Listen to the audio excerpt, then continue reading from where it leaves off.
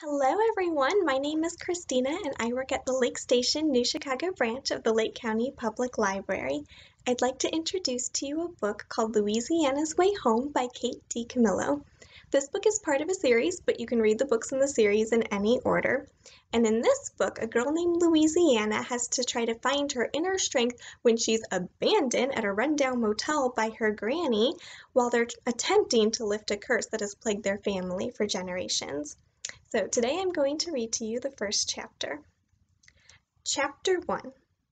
I am going to write it all down so that what happened to me will be known, so that if someone were to stand at their window at night and look up at the stars and think, my goodness, whatever happened to Louisiana Elefante? Where did she go? They will have an answer. They will know. This is what happened. I will start at the beginning. The beginning is that my great-grandfather was a magician, and long, long ago he set into motion a terrible curse. But right now you do not need to know the details of the terrible curse. You only need to know that it exists and that it is a curse that has been passed down from generation to generation. It is, as I said, a terrible curse. And now it has landed upon my head. Keep that in mind. We left in the middle of the night. Granny woke me up. She said, "The day of reckoning has arrived. The hour is close at hand. We must leave immediately." It was 3 a.m. We went out to the car and the night was very dark, but the stars were shining brightly. Oh, there were so many stars. And I noticed that some of the stars had arranged themselves into a shape that looked very much like someone with a long nose telling a lie. A Pinocchio constellation. I pointed out the starry Pinocchio to Granny, but she was not at all interested. "Hurry, hurry," said Granny. "There is no time for stargazing. We have a date with destiny." So I got in the car and we drove away. I did not think to look behind me. How could I have known that I was leaving for good? I thought that I was caught up in some middle-of-the-night idea of Granny's, and that when the sun came up, she would think better of the whole thing. This has happened before. Granny has many middle-of-the-night ideas. I fell asleep, and when I woke up, we were still driving. The sun was coming up, and I saw a sign that said, "Georgia, 20 miles." Georgia! We were about to change states, and Granny was still driving as fast as she could, leaning very close to the windshield because her eyesight is not very good and she's too vain to wear glasses. And also because she is very short, shorter almost than I am, and she has to lean close to reach the gas pedal.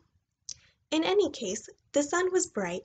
It was lighting up the splotches and stains on the windshield and making them look like glow-in-the-dark stars that someone had pasted there as a surprise for me. I love stars. Oh, how I wish that someone had pasted glow-in-the-dark stars on our windshield. However, that was not the case. I said, "Granny, when are we going to turn around and go back home?" Granny said, "We are never going to turn around, my darling. The time for turning around has ended." "Why?" I said. "Because the hour of reckoning has arrived," said Granny in a very serious voice, "and the curse must at last be confronted."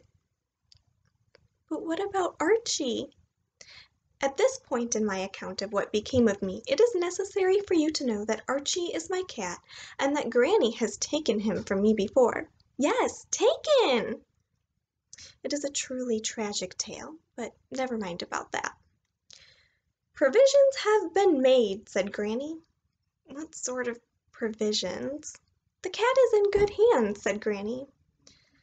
Well, this was what Granny had said to me the last time she took Archie, and I did not like the sound of her words one bit. Also, I did not believe her. It is a dark day when you do not believe your Granny. It is a day for tears. I started to cry.